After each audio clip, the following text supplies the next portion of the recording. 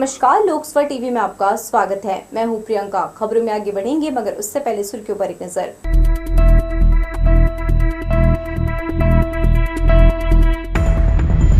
40 degree के नजदीक पहुंचा पारा। भीषण गर्मी और लू से बचने स्वास्थ्य के अधिकारी दे रहे सलाह।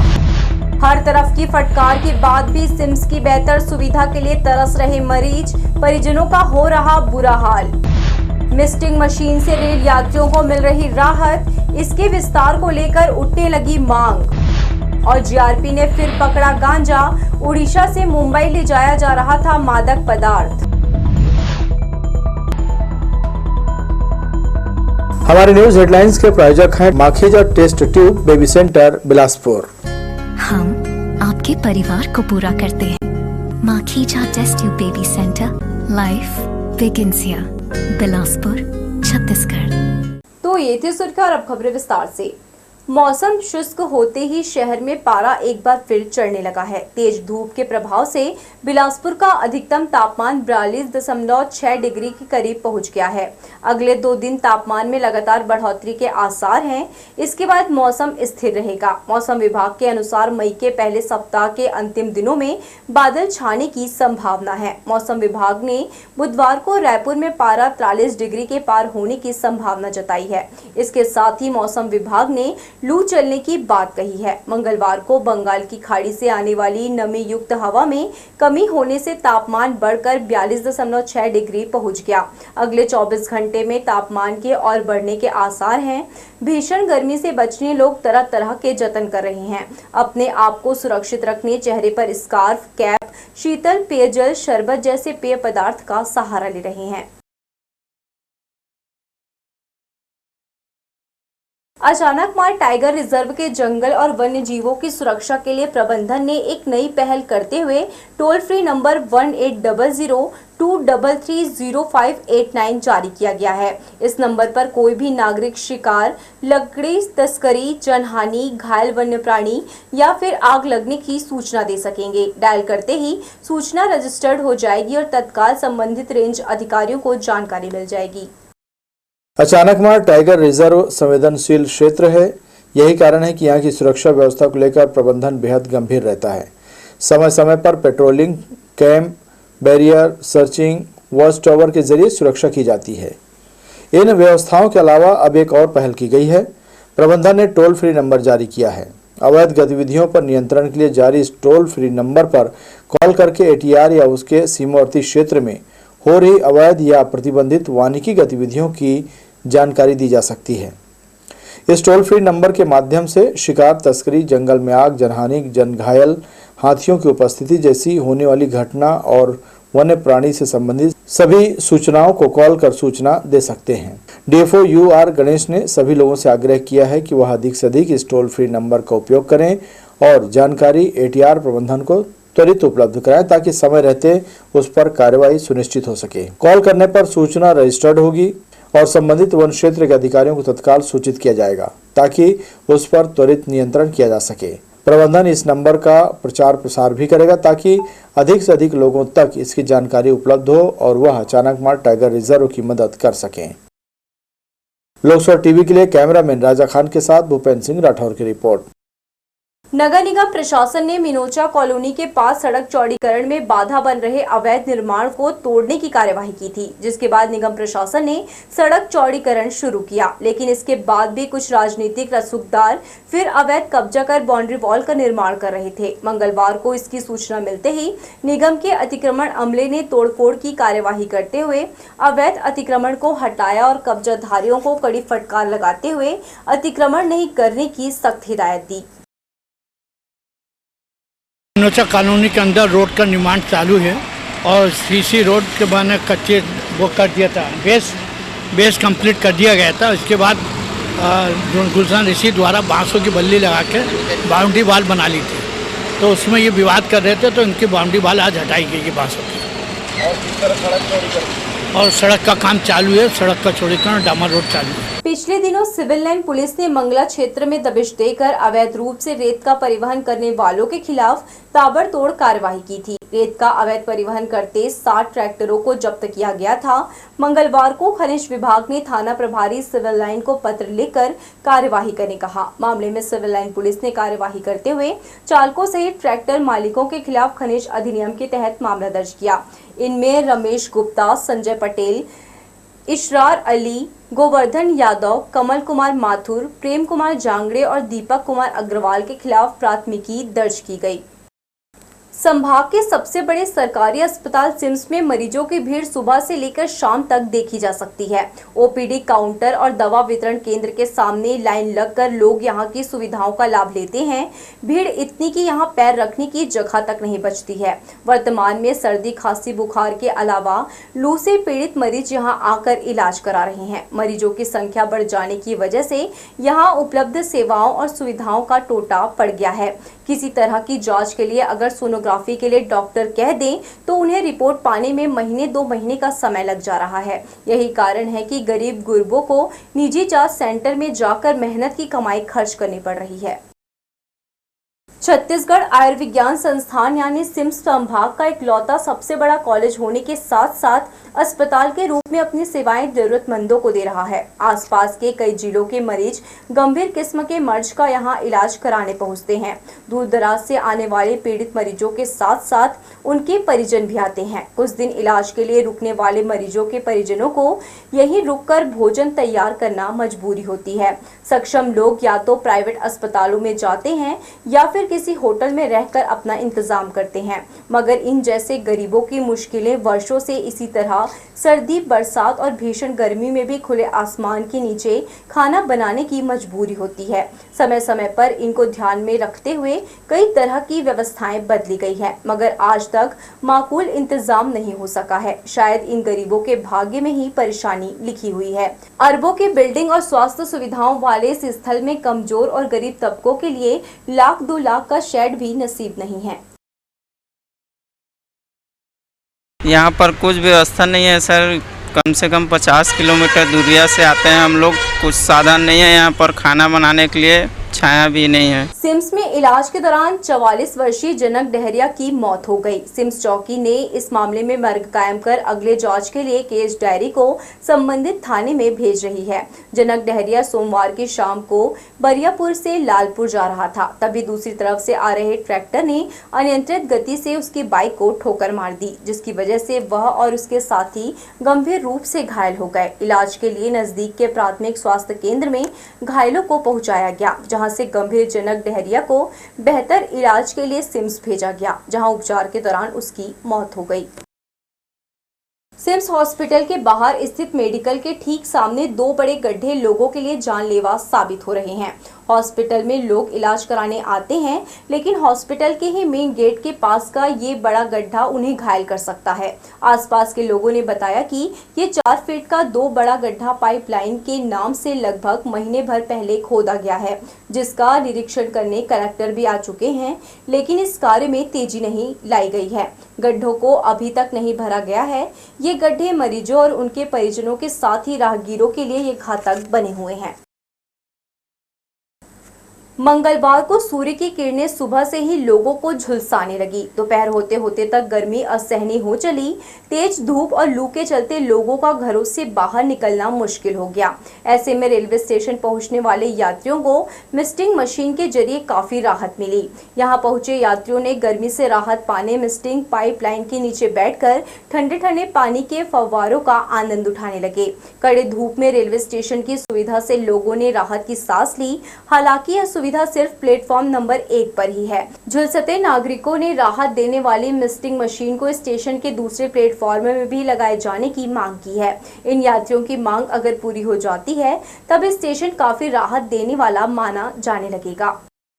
मई महीने में कहीं घूमने जाने की योजना बना रहे हैं तो ट्रेन सुविधा की बिल्कुल भी चिंता न करें। गंतव्य तक पहुंचाने की गारंटी रेलवे की रहेगी, जो उनसे अलग अलग दिशा के लिए 48 ट्रेनें चलाने की तैयारी है। इससे यात्रियों के बीच कन्फर्म बर्थ की मारामारी नहीं रहेगी और न सफर रद्द करने की आवश्यकता पड़ेगी।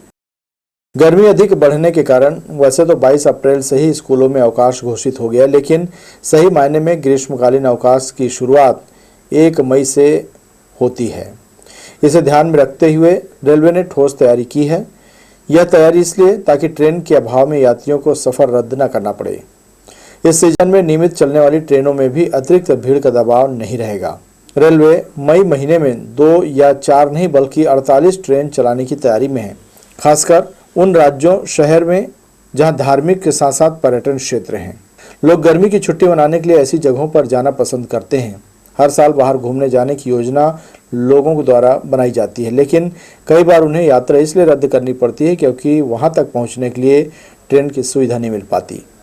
नियमित चलने वाली ट्रेनों के आरक्षण की स्थिति पर गौर करें तो कोई भी ऐसी ट्रेन नहीं है जिसमें प्रतीक्षा सूची लंबी ना हो।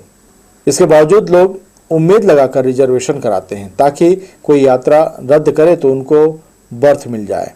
हालांकि इस तरह की स्थिति 5 से 7% रहती है। कहीं न कहीं मन में इस बात को लेकर भी चिंता थी। रेलवे ने 48 स्पेशल ट्रेनों को चलाने की घोषणा कर लोगों की चिंता दूर कर दी है। 1-2 दिन में ट्रेनों की समय सारणी के अलावा रूट का निर्धारण कर दिया जाएगा। तिथि और रेल मार्ग घोषित होने के बाद यात्री रिजर्वेशन करा सकेंगे। वर्तमान में दक्षिण पूर्व मध्य रेलवे के अंतर्गत छत्तीसगढ़, मध्य प्रदेश, महाराष्ट्र राज्य के प्रमुख शहरों के निवासियों के लिए 58 स्पेशल ट्रेनों की सुविधा दी जा रही है। यह ट्रेनें दक्षिण पूर्व मध्य रेलवे के अंतर्गत छत्तीसगढ़, मध्य प्रदेश, महाराष्ट्र राज्य अंतर्गत शहर से संबलपुर, पुरी, विशाखापट्टनम, सिकंदराबाद, हैदराबाद, पटना, हटिया, रक्सौल, छपरा, जबलपुर, मदुरै जैसे शहरों को जोड़ रहे हैं। लोकसभा टीवी के लिए कैमरामैन राजा खान के साथ भूपेंद्र सिंह राठौर की रिपोर्ट। दक्षिण पूर्व मध्य रेलवे बिलासपुर मंडल के बिलासपुर झारसुगुड़ा स्टेशनों के बीच 206 किलोमीटर विद्युतीकरण चौथी लाइन का निर्माण कार्य किया जा रहा है। इसके चलते बिलासपुर गतौरा स्टेशन के बीच विद्युतीकृत नई चौथी लाइन बनने के बाद इंटरलॉकिंग सहित संपूर्ण कार्य पूरा कर लिया गया है। मंगलवार को एसी सर्कल के आयुक्त रेलवे सेफ्टी बीके मिश्रा ने इस चौथी नई लाइन का निरीक्षण किया। बिलासपुर स्टेशन के ईस्ट केबिन से निरीक्षण की शुरुआत हुई। आयुक्त द्वारा केबिन, पैनल रूम और यार्ड का निरीक्षण कर गतौरा स्टेशन तक मोटर ट्रॉली से जायजा लिया। गतौरा स्टेशन से बिलासपुर स्टेशन तक ऑब्जर्वेशन कार से स्पीड ट्रायल किया गया। आयुक्त रेलवे सेफ्टी से अनुमति मिलने के बाद इस नई चौथी लाइन पर निर्बाध रूप से सवारी और मालगाड़ियों का परिचालन प्रारंभ होगा, जिससे परिचालन में गतिशीलता आएगी। कैरियर और तनाव प्रबंधन को लेकर पुलिस अधीक्षक रजनीश सिंह ने फेसबुक लाइव के जरिए छात्रों और पालकों से संवाद किया। बोर्ड परीक्षा के परिणाम के मद्देनजर जिला और पुलिस प्रशासन ने अभिनव पहल की है, जिसमें छात्रों को तनाव मुक्त करने और परिणामों से मानसिक स्थिति पर प्रतिकूल प्रभाव से बचने प्रेरित किया जा रहा है। एसपी ने यूपीएससी में सेलेक्ट होने के लिए सबसे पहले खुद को मजबूत बनाने के साथ ही कड़ी मेहनत करने की सलाह दी। उन्होंने कहा कि सिलेबस के साथ ही करंट अफेयर्स का ज्ञान भी जरूरी है। सर, मुझे बायो थोड़ा डिस्टर्ब करता है, पर मुझे आगे बायो ही लेना। बायो में अच्छे से पढ़िए, उसको देखने, जानने, सुनने की कोशिश करिए। टीवी में आप देखते होंगे, ये ज्योग्राफी चैनल आता है, बायोलॉजी के कई सेशंस होते हैं, तो वो सबको देखो और अच्छे से अगर आप जब समझ पाओगे तो निश्चित रूप से आपका इंटरेस्ट होगा। यूपीएससी में तैयारी कैसे करें? आप सबसे पहले तो अपने आप को स्ट्रॉन्ग करके आप उसके लिए 100% प्रिपेयर करिए कि मुझे 2 साल पूरी साधना करना है, पूरा इसके लिए बैठना है, तब आप पहली सीढ़ी पार कर सकते हैं। उसके बाद पूरा सिलेबस के हिसाब से आप आगे कर सकते हैं। बढ़ेंगे हम खबरों की ओर, मगर इससे पहले सुर्खियों पर एक नजर।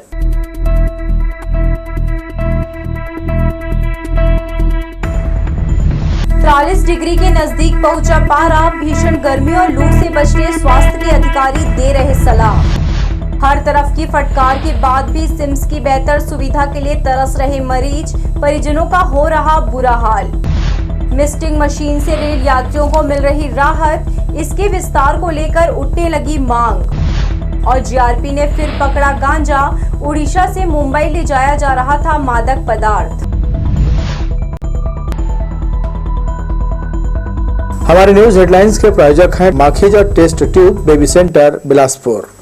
हम आपके परिवार को पूरा करते हैं। Makhija test tube baby centre, life begins here, Bilaspur, Chhattisgarh. शराब और गांजा तस्करी पर पूरी तरह अंकुश लगाने का निर्देश दिया गया। इसी के तहत जीआरपी एंटी क्राइम टीम के सदस्यों को बिलासपुर रेलवे स्टेशन में जांच करने के दौरान प्लेटफॉर्म नंबर 4-5 में एक यात्री पर संदेह हुआ। इस बीच जब जांच की गई तो उसके कब्जे से 10 किलो गांजा बरामद हुआ। जब्त गांजा समेत आरोपी को बिलासपुर जीआरपी के सुपुर्द कर दिया गया है। जीआरपी और एंटी क्राइम टीम के सदस्य लगातार अपने क्षेत्राधिकार में आने वाले स्टेशन और वहां से गुजरने वाली ट्रेनों की जांच करते हैं। इसी के तहत सोमवार रात को बिलासपुर रेलवे स्टेशन के प्लेटफॉर्म क्रमांक 4-5 में बैठे एक संदिग्ध व्यक्ति से जब पुलिस ने पूछताछ की तो उसने अपना नाम कल्पेश पाटिल, पिता सुरेश गोरख पाटिल, उम्र 26 वर्ष, पता धुली, मुंबई का रहने वाला बताया। उसने अपने आप को मुंबई पुलिस में स्पेशल टास्क फोर्स में होना भी बताया। संदेह होने के कारण जब उसके पिट्ठू बैग की तलाशी ली जाने लगी तो वह आपत्ति करने लगा। इस पर एंटी क्राइम टीम ने सख्ती से बैग की जांच की। इस दौरान बैग से 10 किलो गांजा बरामद हुआ, जिसकी अनुमानित कीमत लगभग 2 लाख रुपए आंकी गई है। पूछने पर उसने मादक पदार्थ गांजा को उड़ीसा से मुंबई ले जाना बताया।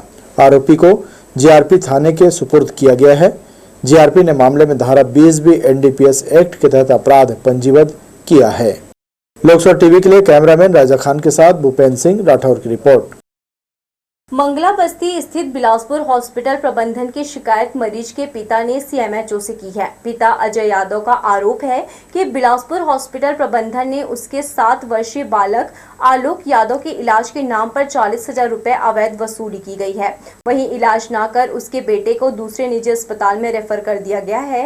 मरीज के पिता का आरोप है कि आयुष्मान कार्ड होने के बावजूद उससे नगद रुपए लिए गए। मामले में पीड़ित अजय यादव ने दोषी अस्पताल प्रबंधन के खिलाफ कार्यवाही की मांग की है। बिलासपुर हॉस्पिटल पे मेरे बच्चे को एडमिट किया था मैं, और वहाँ 40,000 रुपये नगद लिए हैं और आयुष्मान भी चालू करवा के वहाँ इलाज किए हैं। पहले 28,000 रुपये लिए हैं, फिर भर्ती के समय फिर 12,000 रुपये लिए हैं। आयुष्मान सब बताया नहीं हमको कि कितना कटा है, क्या हुआ है, कुछ नहीं। हम लोग बिल मांगने पर किस चीज़ का बिल दूँ करके बोले थे, और अलग टाइप का कुछ बातचीत चेंज हो गया था उनका। झूठ बोल के हमसे पैसा लिए हैं, उसका शिकायत मैं यहाँ के कर रहा हूँ। हाँ, और हमारा पैसा हमको चाहिए। लोकसभा चुनाव के कारण राजस्व संबंधी प्रकरणों की पेशी तिथि लगातार बढ़ रही है। कार्यालय काम लेकर आने वाले पक्षकार अधिकारियों की चुनावी ड्यूटी लगने के कारण वापस लौट रहे हैं। बीते 1 माह से लगातार मामलों में बढ़ रही तिथि के चलते नामांतरण, डायवर्सन सहित मुकदमे प्रभावित हो रहे हैं। 7 मई को लोकसभा चुनाव के लिए मतदान होना है। माना जा रहा है कि इसके बाद ही राजस्व संबंधी कार्यों में गति आएगी। 4 सीटें जब से लगी हुई है तब से जो कार्यपालिक दंडाधिकारी हैं और जो भी अधिकारी हैं वो उनकी निर्वाचन में ड्यूटी लगी हुई है। तो जो पेशियां होनी थी उसमें उनके उपस्थित या अधिकारियों के ना बैठने के कारण उनमें जनरल तिथि बढ़ रही है। फिर भी अधिकारी सामान्यतः शाम के समय या थोड़ा समय निकाल करके जो आवश्यक कार्य है उसको निपटा रहे हैं। और मुझे लगता है 7 तारीख तक जो चुनाव का वोटिंग पड़ेगी उसके बाद सारी स्थिति सामान्य हो जाएगी। जिस प्रकरण में अति आवश्यक सुनवाई की आवश्यकता है तो अधिकारीगण उसमें ध्यान भी दे रहे हैं। तपती गर्मी के दिनों में शहर के लोगों को बिजली की समस्या से जूझना पड़ रहा है। नेहरू नगर बिजली क्षेत्र से जुड़े उपभोक्ता बार बार बिजली के गुल होने की समस्या से परेशान हो रहे हैं। कॉल सेंटर में फोन लगाने पर फोन नहीं उठाने से भी परेशान हैं। सोमवार को कुदुदंड क्षेत्र में सुबह 6 बजे से दोपहर 12 बजे तक बिजली बंद रही, जिससे लोग गर्मी से त्रस्त रहे। बातचीत के दौरान क्षेत्र के लोगों ने बताया कि ये समस्या बीते 10-12 दिनों से चली आ रही है। एक बार बिजली बंद होने के बाद चालू करने वाला कोई नहीं होता। कॉल सेंटर में कॉल लगाते लगाते थक जाओ, लेकिन कॉल रिसीव नहीं होता है। लोकसभा क्षेत्र दुर्ग से भाजपा प्रत्याशी विजय बघेल की जीत के लिए मसीही समाज भी उनके साथ आ खड़ा हुआ है। चर्च में पहुंचे विजय बघेल की जीत के लिए मसीही समुदाय ने प्रभु यीशु से प्रार्थना की। इस मौके पर समाज के लोगों ने उनका स्वागत किया। विजय बघेल ने कहा कि हम सभी देश के मान सम्मान और स्वाभिमान के लिए लगे हुए हैं। देश का मान बढ़ेगा तो राष्ट्र का सम्मान बढ़ेगा, जिसके लिए प्रधानमंत्री मोदी दिन रात मेहनत कर रहे हैं। प्रत्याशी ने इस मसीही समाज का प्रभु यीशु से प्रार्थना के लिए आभार व्यक्त किया। आज मैं सिर्फ एक प्रत्याशी के रूप में नहीं आया हूँ, एक आपके भाई के रूप में, आपके साथी के रूप में भी एक विजय बघेल के रूप में आया हूँ। मैं प्रभु से प्रार्थना करता हूँ कि आप सबके जीवन में हमेशा सुख शांति समृद्धि रहे, आप सबके घर में सुमति एकता रहे और हम सब भाईचारे के भाव से इस देश को महान बनाने में लगे। हमारे आने वाले बच्चे जो कल के हमारे भविष्य हैं वो संस्कारवान रहें, इस शक्ति सामर्थ्य प्रभु दे। भिलाई नगर में भाजपा का विधानसभा स्तरीय व्यापारी सम्मान समारोह संपन्न हुआ। वैशाली नगर के विधायक रिकेश सेन ने शहर की नामचीन 50 से अधिक व्यवसायियों को सम्मानित किया। इस मौके पर उन्होंने कहा, देश की उन्नति और प्रगति में व्यापारी वर्ग का अभिन्न योगदान रहा है। मुझे पार्षद चुनने के साथ साथ विधायक भी बनाया है। लोकसभा चुनाव को लेकर उन्होंने कहा कि भाजपा के प्रत्याशी को जिताने से तीसरी बार मोदी प्रधानमंत्री बनेंगे, इसलिए सभी मिलकर 7 मई को विजय बघेल को मत देकर 1 लाख की लीड देना है। इस मौके पर बड़ी संख्या में व्यवसायी मौजूद रहे। यहाँ संगठन भी जो है व्यापारी प्रकोष्ठ से लेके ओबीसी मोर्चा से लेके सारे मोर्चा और सारे प्रकोष्ठ है, आर्थिक प्रकोष्ठ भी है हमारे यहाँ। तो ये जो संगठन है उसके तहत जो है, क्योंकि लोकसभा चुनाव है और व्यापारी एक ऐसा माध्यम होता है जो जनता से डायरेक्ट जुड़ा होता है, और इसी के मद्देनज़र जो है जो हमारे विचारधारा के जितने व्यापारी हैं उनके साथ बैठ के आज सारे विषयों को, इसके अलावा जो नॉन पॉलिटिकल व्यापारी हैं जो नरेंद्र मोदी को पसंद करते हैं, उनकी कार्यशैली को पसंद करते हैं, वो चाहते हैं जो तीसरी बार प्रधानमंत्री नरेंद्र मोदी जी बने।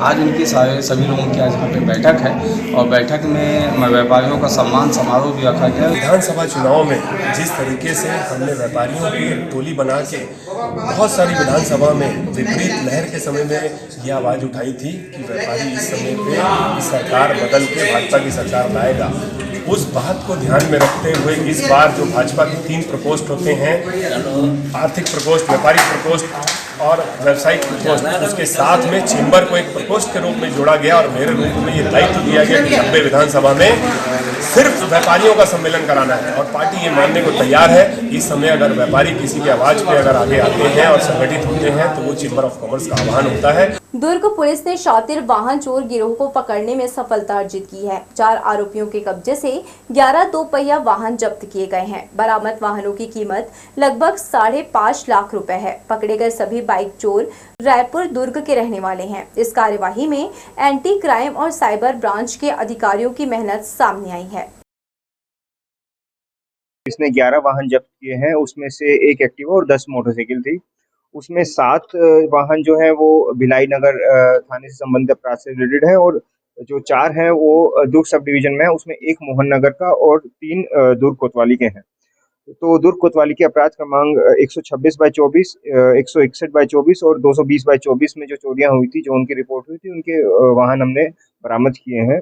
और एक थाना मोहन नगर में 199/24 जो एफआईआर हुई थी, उसके संबंधित हमने एक्टिवा बरामद की है। मरीजों को बेहतर स्वास्थ्य और सुविधा देने में नाकाम सिम्स प्रबंधन अब अपनी व्यवस्था में सुधार लाने की कवायद में जुट गया है। हाई कोर्ट की फटकार के बाद इमरजेंसी वार्ड का विस्तार करते हुए सिम्स प्रबंधन द्वारा सर्व सुविधा युक्त 10 बिस्तर और बढ़ाने का कार्य किया जा रहा है। आने वाले दिनों में इलाज कराने आए मरीजों को इस सुविधा का लाभ मिलने लगेगा। प्रबंधन द्वारा आपातकालीन वार्ड के मरीजों को सुविधाएं देने हॉस्पिटल की पुरानी व्यवस्था में सुधार लाया गया है। अब आपातकालीन वार्ड में पहुंचे मरीजों का इलाज बेहतर तरीके से हो पाएगा, क्योंकि हॉस्पिटल के मुख्य द्वार से मरीज कैजुअलिटी व आपातकालीन वार्ड में ही पहुंच सकेंगे।